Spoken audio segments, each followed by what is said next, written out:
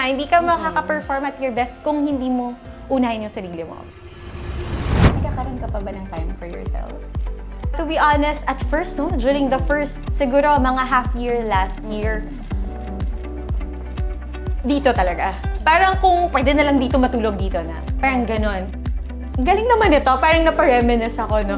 Parang gusto mo kasi nakikita mo lahat, gusto mo alam mo lahat, pinuput up mo lahat. Very hands-on kasi kami. So, talagang ganon. Pero, nung nagkaroon na ng sistema, nagkaroon na ng, nag-okay na siya, nag-normal na siya, unti-unti, nagkaroon na ako ng, ng time kahit paano sa sarili ko. Siguro kasi umabot na din sa point na parang yung katawan ko na parang magpahinga muna. Ganon. Kinakatok ka na. Oo, parang katawan lupa mo. Oo, sabi, pahinga ka muna. Hindi ka makaka-perform at your best kung hindi mo unahin yung sarili mo.